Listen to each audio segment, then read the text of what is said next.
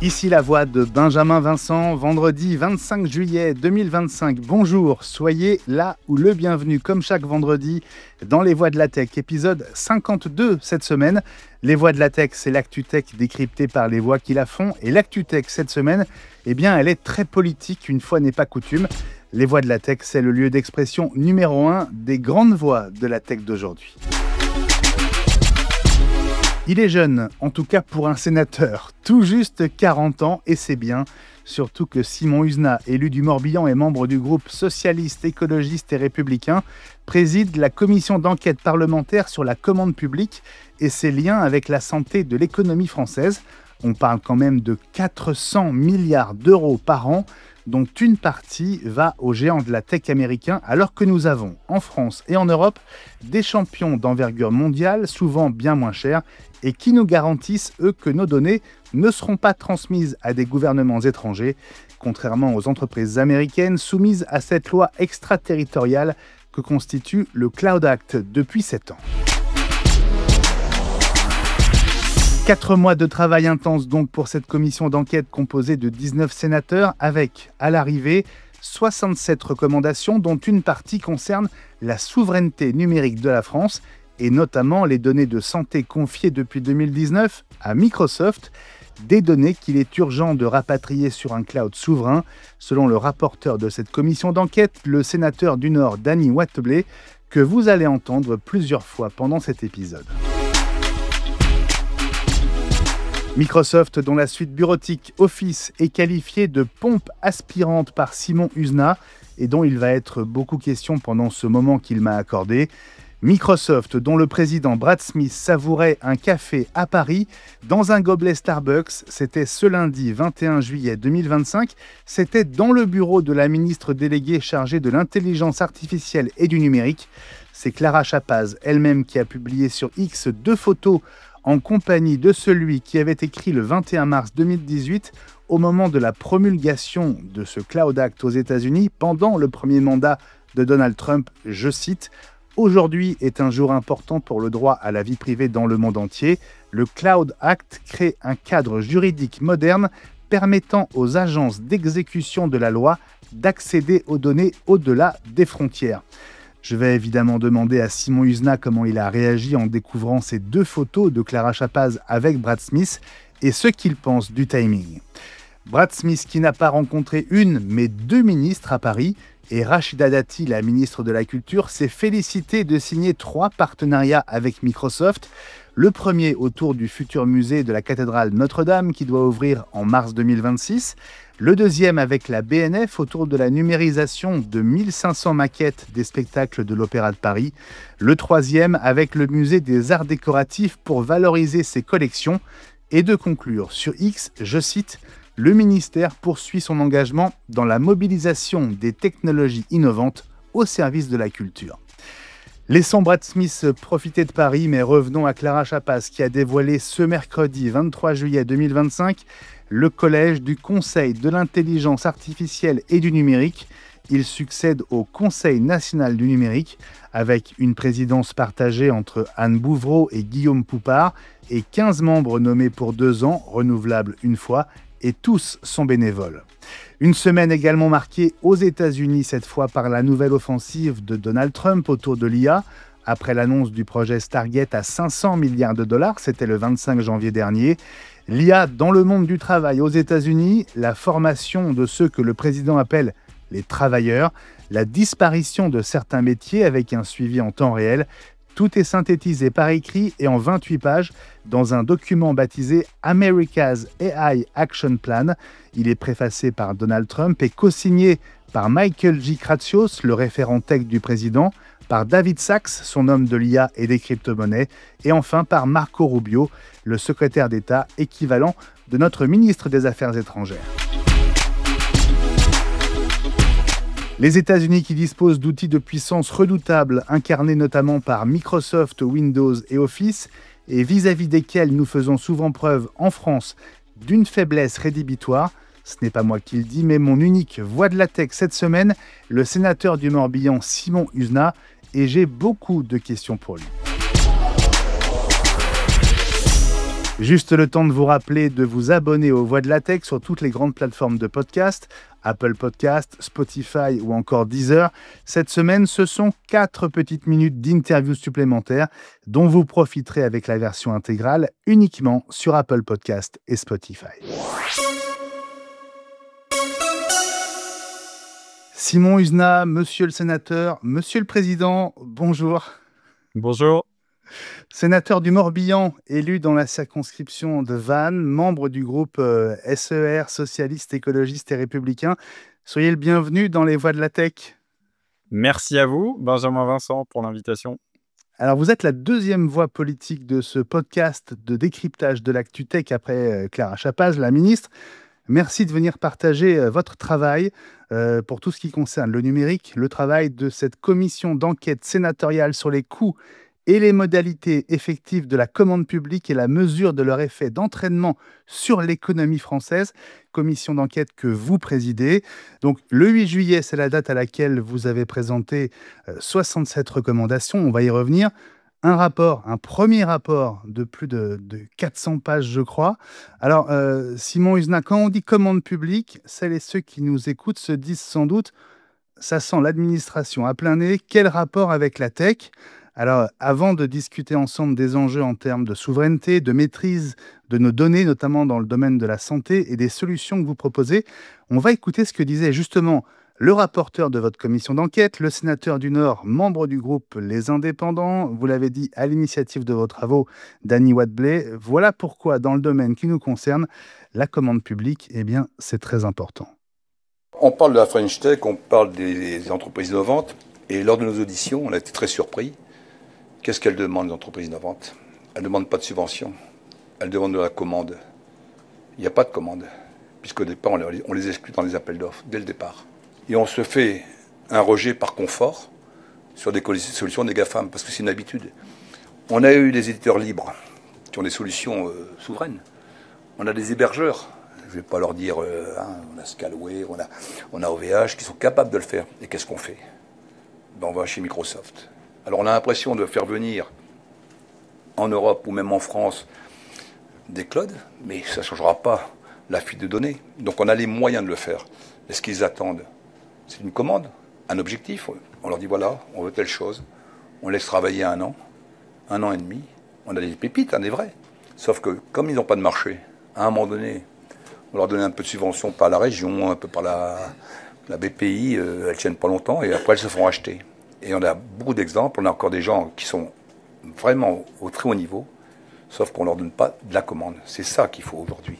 Mais c'est la commande publique qui permet à une PME, à une start-up, de pouvoir se lever. Mais s'il n'y a rien au départ, ce n'est pas les subventions. Les subventions vont tenir 1 an.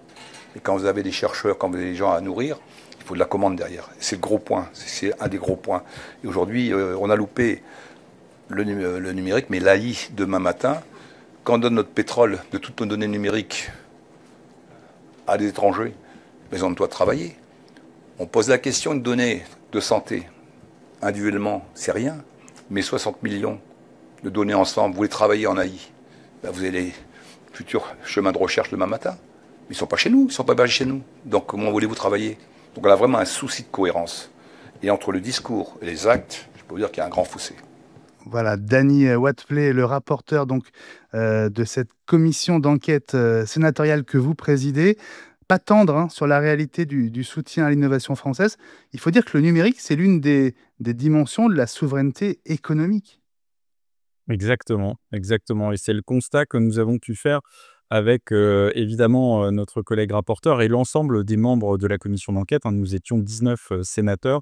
Ce que dit notre rapporteur est aujourd'hui très largement partagé. C'est que oui, on ne peut pas dire que rien n'est fait, mais au regard des enjeux économiques de souveraineté numérique, nous sommes aujourd'hui des nains sur la scène internationale.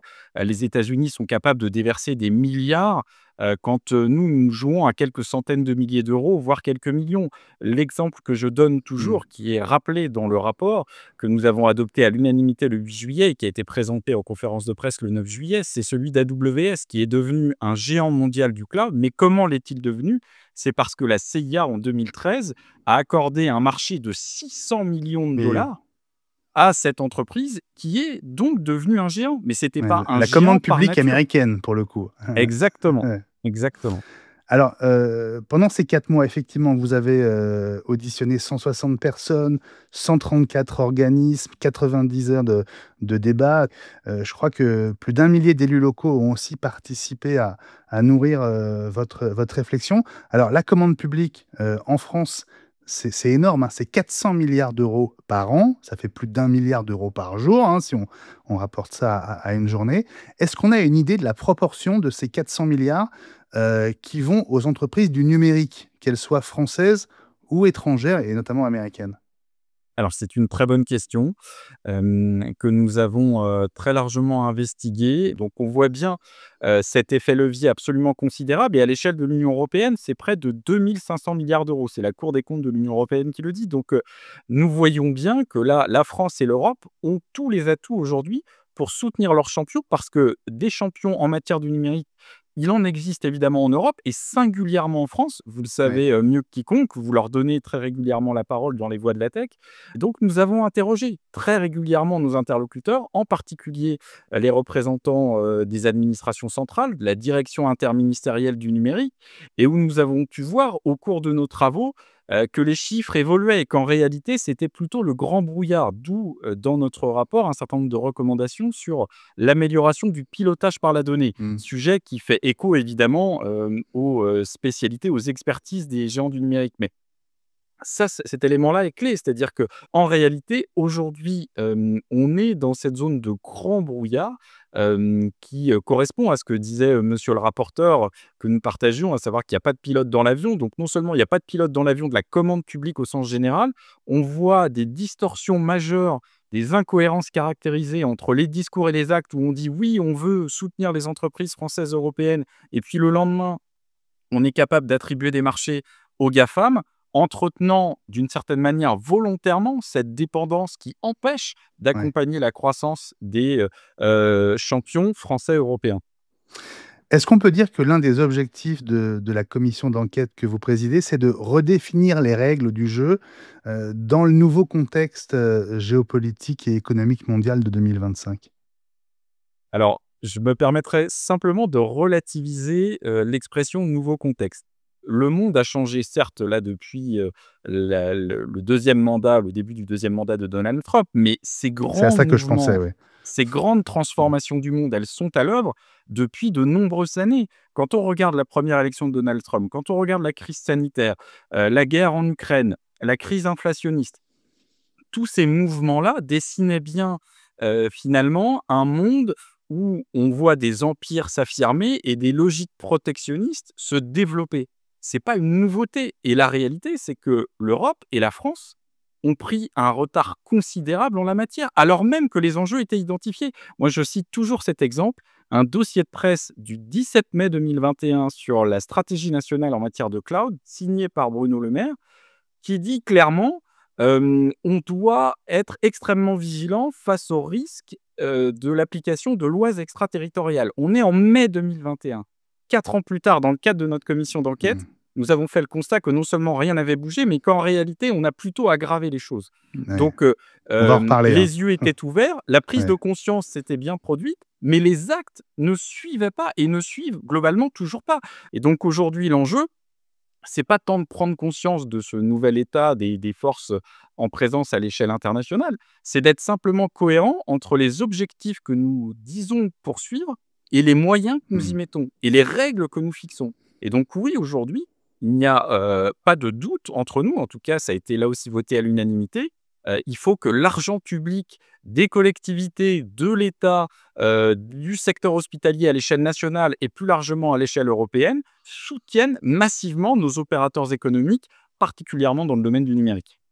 Bon, c'est vrai que quand je parlais de nouveaux contextes, je faisais, évidemment allusion au retour de Donald Trump à la Maison Blanche, mais il y a eu un premier mandat Trump, au cours duquel notamment, a notamment été, promulgué ce fameux, Cloud Act en 2018. On va en reparler dans quelques instants, Simon Husa. Alors pourquoi les GAFAM sont-ils si souvent choisis, en France au final, au détriment de solutions françaises souveraines, souvent moins chères et souvent plus sûres? c'est votre rapporteur Danny Watebley qui posait la question justement lors de votre conférence de presse. Pourquoi l'État recourt-il encore massivement aux GAFAM pour ces marchés, alors que depuis des années, ils nous rabâchent, ils dépensent même des milliards pour soutenir soi-disant l'innovation française. La commission d'enquête a en effet considéré que la commande publique devait favoriser le développement de nos filières souveraines. Or, c'est souvent le contraire que nous avons constaté. Nous l'avons illustré à partir de 2 exemples. D'abord, souvenez-vous, la fabrication de cette nouvelle carte d'identité numérique, électronique je dirais même, à l'occasion de laquelle l'imprimerie nationale a sciemment, je dis bien sciemment, ignoré l'offre d'une entreprise française innovante, proposant des technologies qui sont maintenant reconnues à l'international. Ensuite, un cas dénoncé de longue date par le Parlement, les conditions d'hébergement de la plateforme des données de santé. Depuis sa création en 2019, celle-ci est hébergée chez Microsoft. Or, cette entreprise américaine est assujettie au droit extraterritorial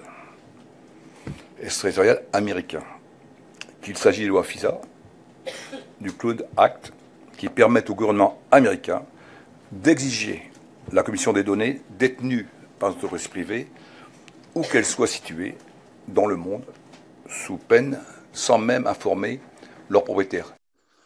Bon, on va reparler de Microsoft dans un instant, Simon Husa.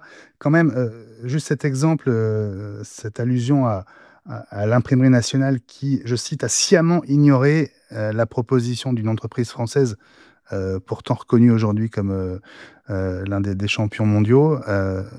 C'est presque une accusation que vous faites. Alors, ça fait partie des sujets qui ont été travaillés par notre commission d'enquête. Encore une fois, en rappelant ici à celles et ceux qui regardent et écoutent les voix de la tech qu'une commission d'enquête n'a évidemment pas de rôle ni de prérogative à caractère judiciaire. Bien Donc, sûr. nous faisons bien la part des choses, mais nous avons entendu les différentes parties prenantes. Et pour le moins, nous pouvons dire que des interrogations demeurent quand on sait que l'entreprise en question, CST, a été retenue par de très grands pays au plan international qui ne peuvent pas être contestés dans leur sérieux.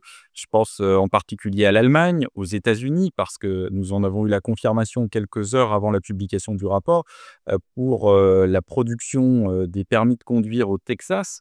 Donc plusieurs millions de titres, supérieurs d'ailleurs au nombre Ouais. de cartes nationales d'identité produites chaque année en France. Cette entreprise avait été retenue. Donc voilà, moi je n'irai pas plus loin, mais en tout état de Mais cause, comment vous dans le l'expliquez? process. Est-ce que vous avez une explication rationnelle?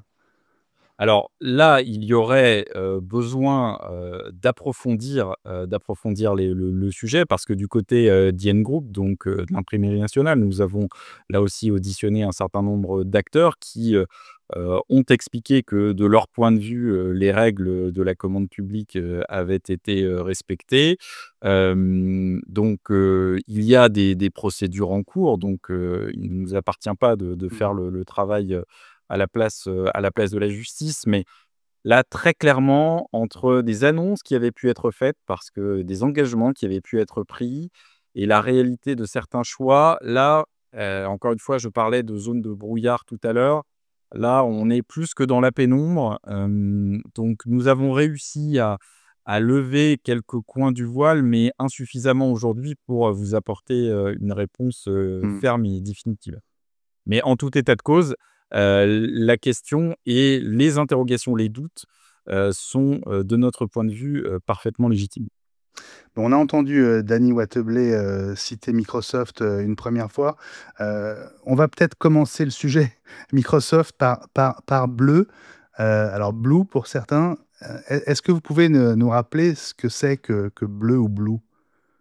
Alors, c'est une solution que l'on va qualifier d'hybride, qui est portée conjointement donc par Microsoft et de grandes entreprises françaises qui sont bien connues sur la place. Je pense en particulier à Orange. C'est pour ça que vous dites Qui hybride?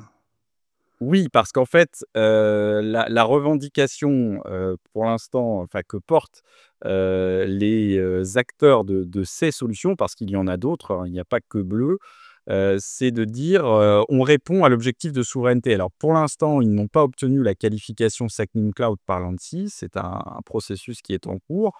Mais ce que nous avons pu dire, de notre côté, tout en entendant évidemment, les défenseurs de ces solutions, parce que nous avons veillé à écouter les uns et les autres, c'est que, en réalité, à partir du moment où ces solutions reposent sur des briques technologiques américaines dont, n nous n'avons pas la maîtrise, en réalité, et ça nous a été confirmé par l'actuel directeur général de l'ANSSI et son prédécesseur, si d'aventure, dans les mois ou les années qui viennent, les autorités américaines, pour une raison ou pour une autre, décidaient de rompre tout lien technologique de communication avec, Mmh. par exemple, le continent européen, bien, ces solutions ne tomberaient pas évidemment du jour au lendemain, mais, deviendraient extrêmement vulnérables dans les jours, les semaines qui suivraient.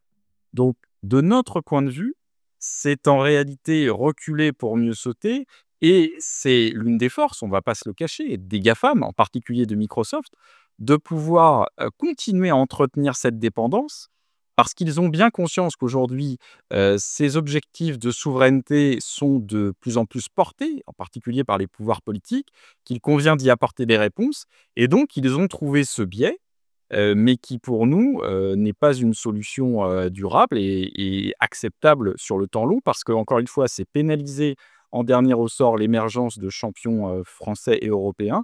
Donc c'est la raison pour laquelle nous ne disons pas formellement de ne pas avoir recours à ces solutions, mais en tout état de cause, de privilégier des solutions intégralement souveraines, ce qui revient quelque peu au même. Mmh.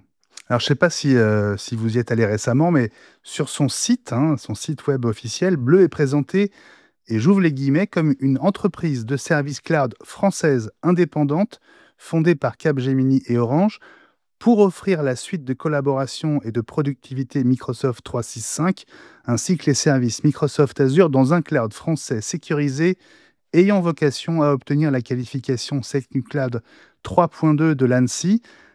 Quelle est la part du vrai et du faux dans cette présentation d'après les informations que vous avez obtenues et les auditions que vous avez effectuées?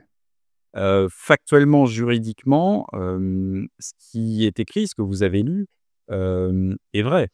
Et parce que Il y a 2 Microsoft n'est choses. pas du tout au capital de Bleu, hein. Ils l'ont Non, non, confirmé en devant fait, vous. ils ont veillé à mettre en place ces étanchéités en vue d'obtenir la qualification SecNumCloud. Alors, est-ce que l'ANSSI considérera que toutes les conditions sont réunies? Nous le verrons bien, mais quand bien même cette solution obtiendrait la qualification SecNumCloud, nous redisons ici que c'est d'une part un élément de fragilité parce que ce sont des solutions qui reposent sur des briques technologiques américaines et d'autre part, c'est une manière détournée, volontaire ou involontaire, de ne pas soutenir massivement, des champions français et européens qui Mmh. aujourd'hui sont en mesure de proposer des alternatives extrêmement sérieuses à, Microsoft, notamment et qui pourraient le faire encore plus demain si d'aventure les marchés publics et pas des subventions, pas du saupoudrage, mais des marchés publics massifs, étaient alloués à ces mêmes entreprises françaises et européennes. Alors justement à propos de Bleu ou Blue, hein, écoutez ce qu'en disait lors de votre conférence de presse, le rapporteur de votre commission, d'enquête sénatoriale, Dany Wattebled. Blue, on a un consortium avec Orange, Capgemini, mais on retrouve Microsoft. Bah, ça m'embête quand même un peu. Comment voulez-vous retrouver de la souveraineté dès que vous avez un acteur avec une loi extraterritoriale? J'aurais bien aimé une solution soit européenne, franco-française si c'est possible, dans le droit européen, mais ça ne me garantit aucunement que c'est sécuritaire. C'est pas cette même club. Il y aura toujours un acteur extraterritorial qui sera soumis à une loi extraterritoriale. Dès qu'on a ça, et quand même, on va se réveiller un peu dans ce pays. On arrive quand même à une guerre, vous le voyez tous les jours, le Trump 2, c'est plus, on n'est pas chez les bisounours. Hein. On a une guerre offensive. Nous, on ne sait même pas se défendre déjà, au niveau de l'Europe. Donc il est temps qu'on soit défensif et puis qu'on ne se laisse pas marcher dessus, parce que la guerre est économique, et l'IA, c'est la guerre de demain. Elle sera plus importante que tout. Dès que vous avez les données qui sont hébergées à l'extérieur, ou même en croyant, Blue, c'est chez nous. Mais les pompes aspirantes, elles vont être où? Pensez pas que Microsoft, même sans le savoir, ils nous disent on peut être pillé sans le savoir. Donc, ça pose un vrai problème de souveraineté. Ouais. L'État français, les gouvernements successifs sont-ils naïfs, Simon Husenat? Alors, après les travaux que nous avons menés, je dirais que non, très clairement, parce que je vous ai donné l'exemple du dossier de presse de mai 2021, qui dit clairement ce qu'il convenait de faire il y a plus de 4 ans maintenant, et ce qui n'a pas été fait. Eh oui, c'est ça le problème. Donc, il n'y a pas de naïveté, c'est-à-dire que au plus haut niveau de l'État, les responsables des administrations et les responsables politiques ont bien conscience des enjeux depuis très longtemps. C'est-à-dire que contrairement à ce que beaucoup pouvaient laisser croire, et nous en avons parlé lors de nos auditions, où nous avons presque fini par aboutir à cette croyance que les GAFAM et Microsoft en premier lieu relevaient quasiment des biens communs. Moi, je donnais toujours cet exemple-là. Moi, j'ai découvert l'informatique dans mon école primaire dans les années 90, parce que j'avais un directeur d'école qui était plutôt pionnier, qui avait apporté les premiers ordinateurs. Évidemment, mon premier contact avec l'informatique, c'était Windows.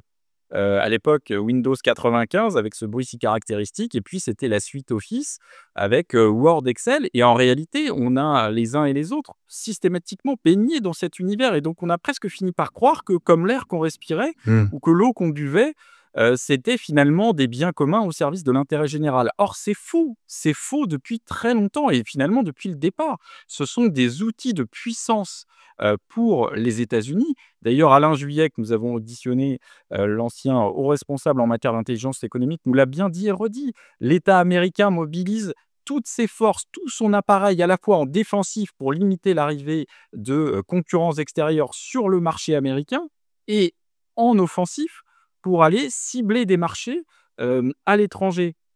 Et quand on dit mettre tous les moyens, c'est les agences de renseignement, etc. Donc oui, aujourd'hui, les GAFAM ont partie liée, et on voit bien les connivences qui se sont singulièrement renforcées depuis le deuxième mandat de Donald Trump entre les géants de la tech et le président américain.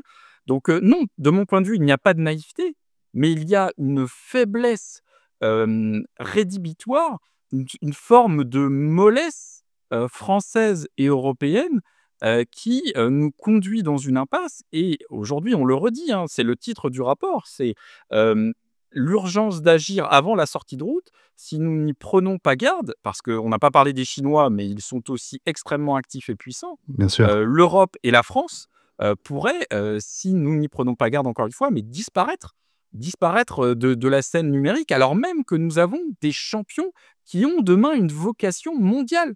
Nous avons cette possibilité-là, mais il faut leur donner les moyens de grandir. C'est tout l'enjeu. Et la commande publique, aujourd'hui, elle doit être prioritairement et quasi systématiquement orientée pour accompagner cette croissance. Voilà. Pas de naïveté, hein, c'est ce que vous dites, mais... et puis surtout, au-delà de la naïveté, c'est agir, être cohérent, et fixer des règles claires.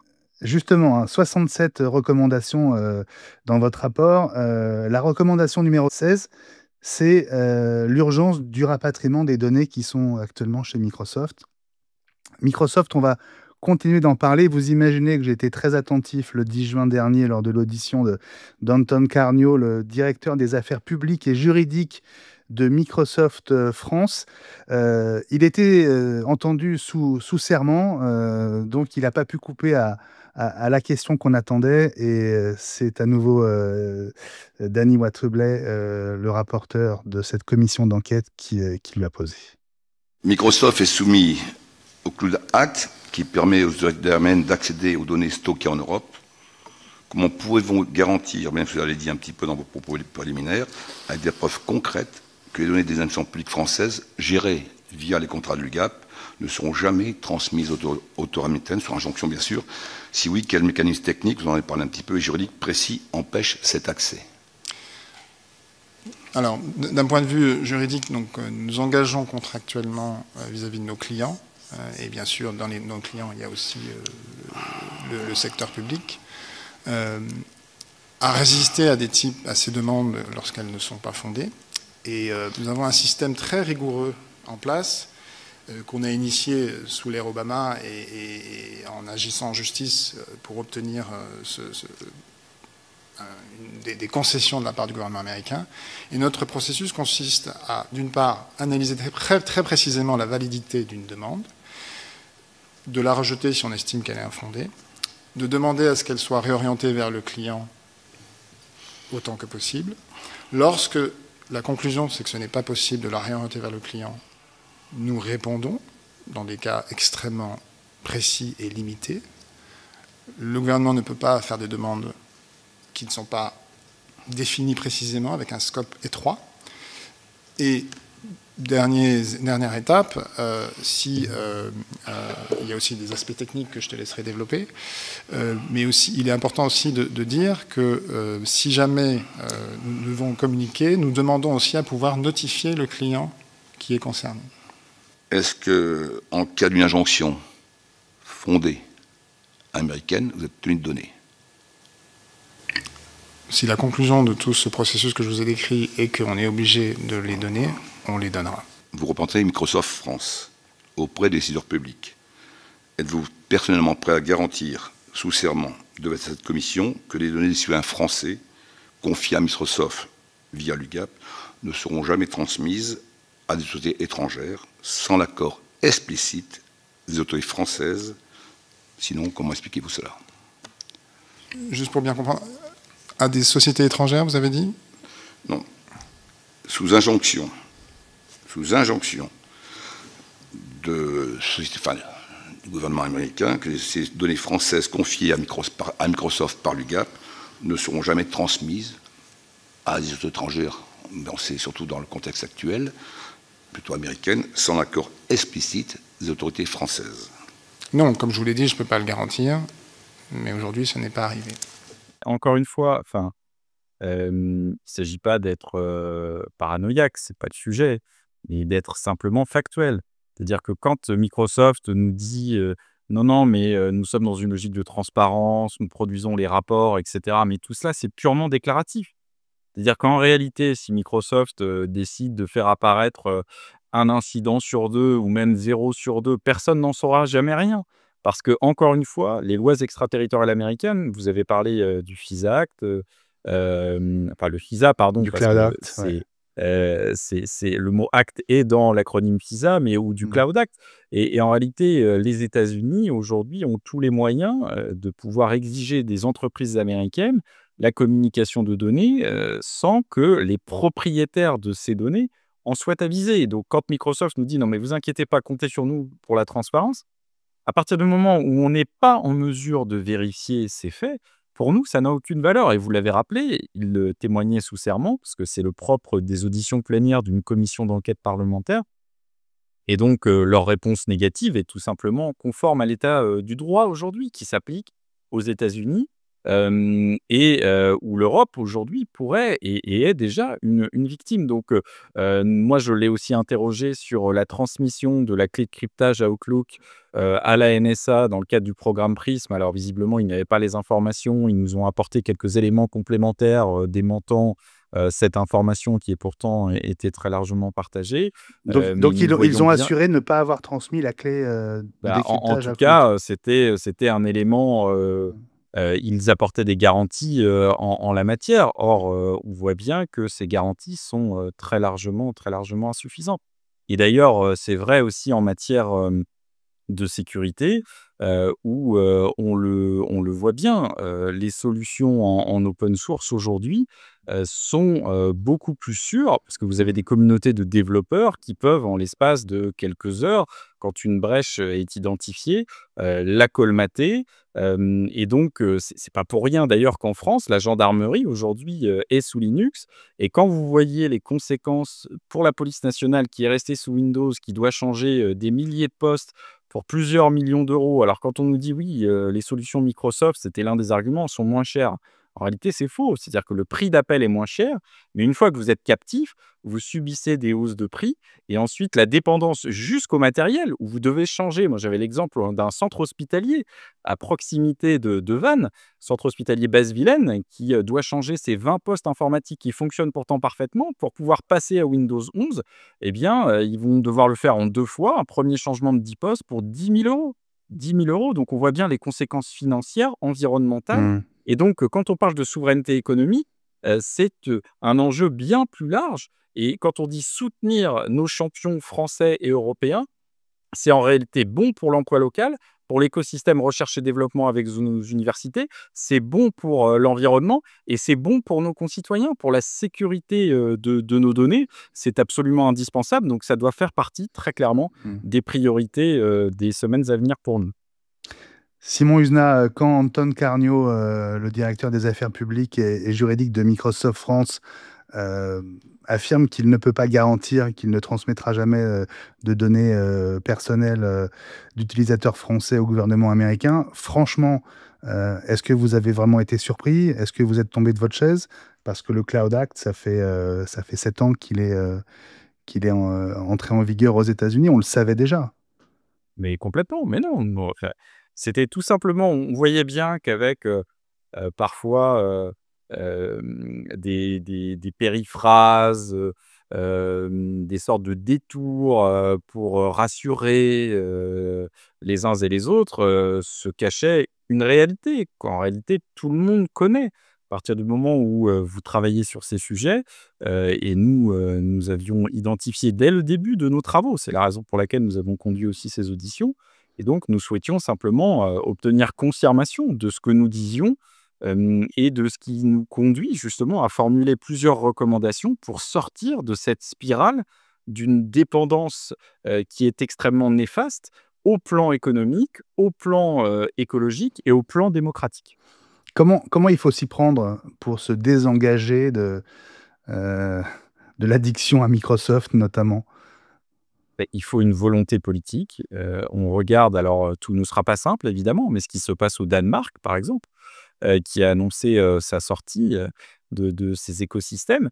Il faut une volonté politique. Quand, je disais tout à l'heure que la gendarmerie était sous Linux, ça a été une bataille, difficile au sein de l'administration et désormais, ils s'en réjouissent et ils ont plutôt raison. Parce que, c'était eux qui étaient, clairement dans le sens de l'histoire.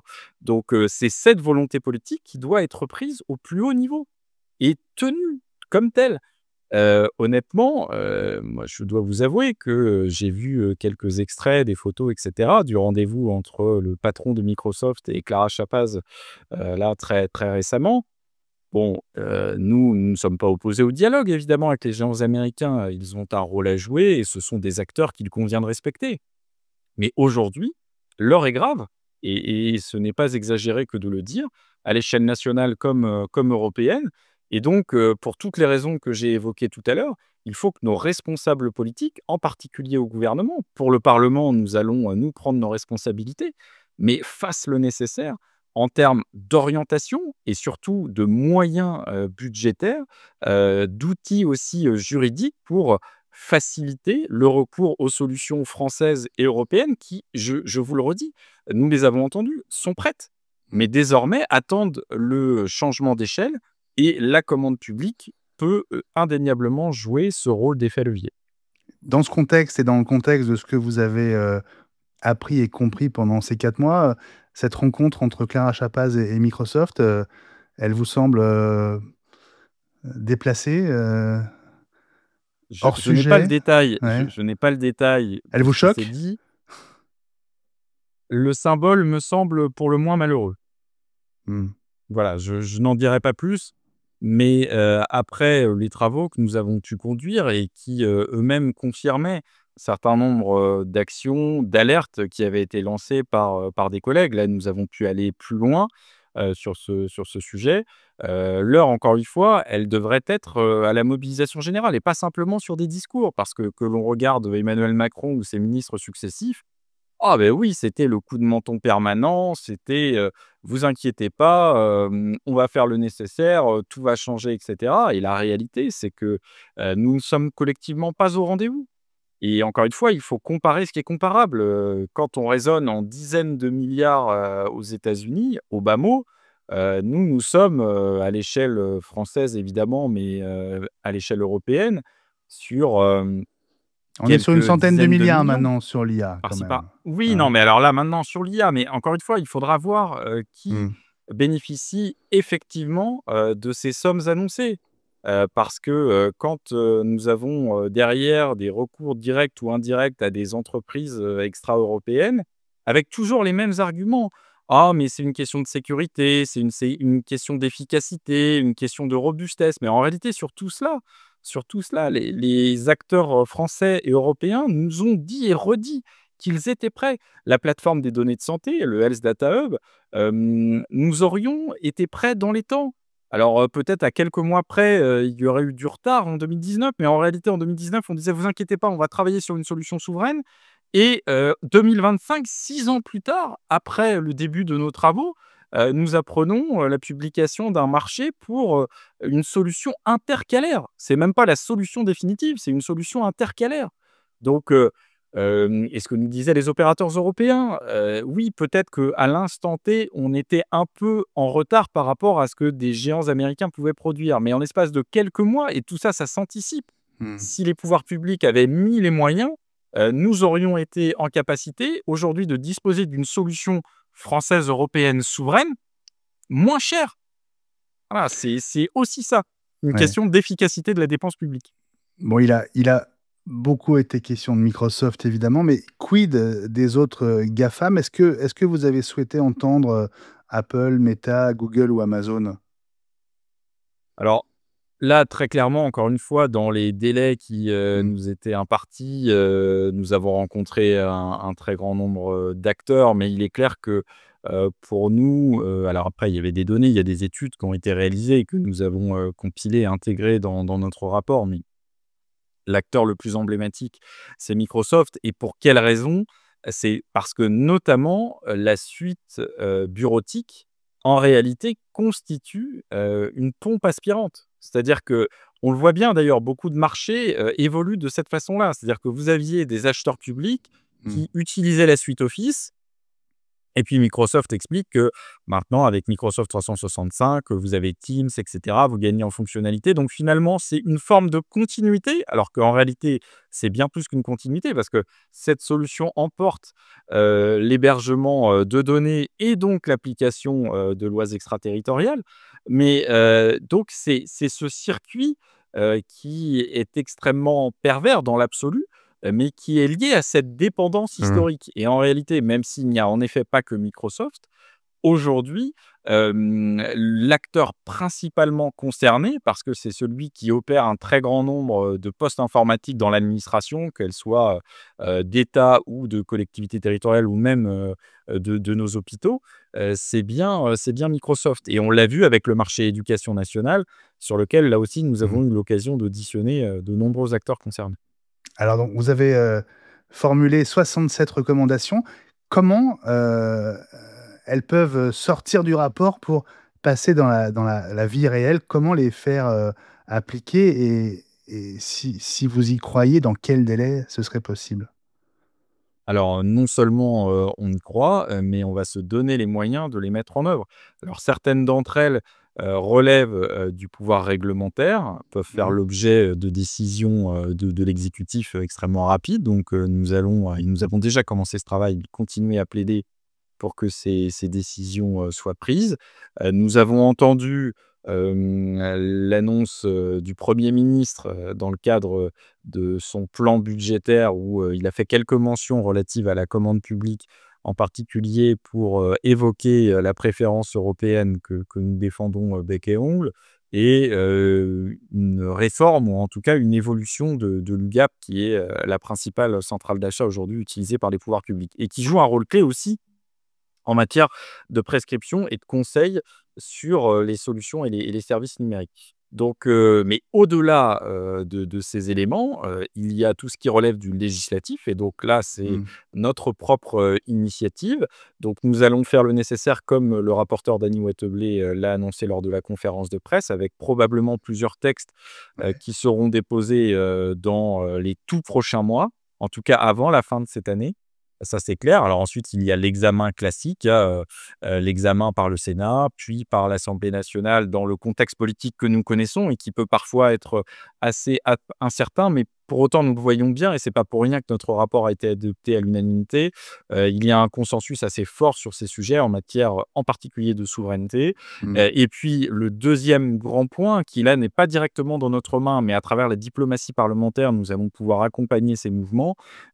C'est dans le cadre de la révision des directives européennes sur les marchés publics, les 3 directives de 2014, qui devraient aboutir, d'après le calendrier initial de la Commission européenne, à une proposition législative pour le 2e semestre 2026. Donc en réalité, c'est quasiment demain. Ouais. Donc là, dans les mois qui viennent, si le gouvernement est bien décidé, comme l'a laissé entendre François Bayrou, à emprunter cette voie, en particulier pour affirmer une préférence européenne que nous souhaitons élargie, pas simplement à quelques secteurs stratégiques, mais à l'ensemble de nos filières économiques, pour que cette proposition législative, qui ensuite connaîtra son circuit habituel avec la Commission, le Parlement européen, le Conseil, devrait aboutir pour faciliter, là encore une fois, la vie des acheteurs publics, que ce soit l'État ou les collectivités territoriales, et dire clairement que le chemin que nous devons emprunter désormais, c'est celui de mettre toute notre commande publique au service de nos emplois, de nos entreprises, en particulier dans le secteur du numérique.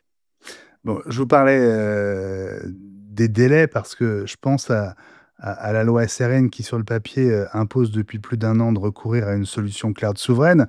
Or, elle est toujours pas applicable faute de décret. Alors, vous avez apparemment appris qu'un projet de décret existe, mais il serait en deçà des attentes, malgré une volonté affichée de l'État. Vous avez fait référence à 2021, mais on peut aussi remonter à 2019. Et toujours rien, quelque part, c'est vraiment à n'y rien comprendre. Et vous avez parfaitement raison. Quand je parlais d'incohérence caractérisée, qui, dans un certain nombre de cas, s'apparente à des fautes majeures, celle-ci en fait partie. En effet, vous avez évoqué la loi SREN. Depuis 1 an, nous attendons le fameux décret d'application de l'article 31. C'est incompréhensible, encore davantage dans le contexte que nous connaissons depuis de nombreux mois, que ce décret ne soit toujours pas sorti. Et donc, nous avons appris dans le cadre de nos travaux qu'un projet de décret était mis en consultation. Notre collègue Catherine Morin-Desailly, qui siège à la CNIL, a pu en prendre connaissance. Et d'après son avis expert en la matière et celui d'autres personnes entendues, nous serions loin du compte au regard des ambitions qui avaient été votées par le législateur. Donc, nous allons veiller, évidemment, avec nos collègues, à ce que ce décret corresponde entièrement, pleinement aux ambitions, aux exigences affichées dans la loi SREN et portées avec conviction par les parlementaires de toute sensibilité. Donc, ça fait partie de nos recommandations. S'agissant de ce rapport, nous appelons à sa publication dans les meilleurs délais et en pleine conformité avec l'esprit et la lettre de la loi. Bon, à la fin de la conférence, j'ai cru à un moment que vous et Dany Wattebled, vous vous êtes tellement bien entendus que vous alliez passer vos vacances au même endroit. En fait, ce sont plutôt des vacances studieuses, je crois, auxquelles vous vous êtes Exactement. mutuellement engagés, hein. C'est exactement cela. Alors, notre collègue Dany Wattebled est fan de vélo, donc c'est vrai que moi, dans mon C'est son propos week-end, là. introductif lors de la conférence de presse, exactement, j'ai parlé de tandem parce que nous avons évidemment fonctionné en très bonne intelligence tous les 2 et avec l'ensemble des collègues membres de cette commission d'enquête dont je tiens à saluer l'engagement et l'investissement. Donc comme vous l'avez dit, ce seront des congés studios. En réalité, le travail a déjà commencé et dès le début du mois de septembre, nous aurons l'occasion concrètement de mettre en commun nos réflexions justement sur ces différents sujets, sur les perspectives, les textes de loi, les propositions de loi dont nous pourrions prendre l'initiative pour que, encore une fois, ce rapport qui a été pensé depuis le départ comme une boîte à outils très opérationnelle, rapidement mise en œuvre, et bien que ces engagements soient effectivement tenus. Et nous aurons peut-être l'occasion, mon cher Benjamin Vincent, de nous revoir sur ces différents sujets parce que l'actualité ne manquera pas d'enjeux liés au numérique. C'est en effet l'une des grandes évolutions du monde dans lequel nous vivons et dans celui que nous préparons. Ce serait un plaisir de vous retrouver, Simon Huznat, sénateur du Morbihan, élu dans la circonscription de Vannes, membre du groupe socialiste, écologiste et républicain et président donc de cette commission d'enquête sénatoriale sur les coûts et les modalités effectives de la commande publique et la mesure de leur effet d'entraînement sur l'économie française. Merci beaucoup d'avoir été l'une de mes voix de la tech et à très bientôt. Bel été. Merci beaucoup pour votre invitation. Merci Benjamin Vincent. Très bel été à vous aussi. C'était le 52e épisode des Voix de la Tech, l'espace d'expression numéro 1 des grandes voix qui font la tech d'aujourd'hui, avec du recul sur l'actualité. En un mot, vous le savez, c'est The Tech Podcast to Be. Les 51 épisodes précédents vous attendent en version intégrale avec les interviews en totalité, uniquement sur Apple Podcast et sur Spotify. Un podcast également disponible en version vidéo sur YouTube. Merci à chacune et à chacun de vous pour votre fidélité aux Voix de la Tech.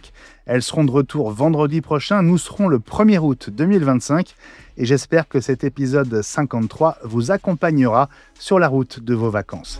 D'ici là, merci de m'aider à faire connaître les Voix de la Tech en partageant, en republiant les posts des Voix de la Tech sur les réseaux Blue Sky, X, Instagram, Facebook et LinkedIn. Si vous aimez le podcast, votre coup de pouce sera ma meilleure récompense. Belle semaine et à vendredi prochain.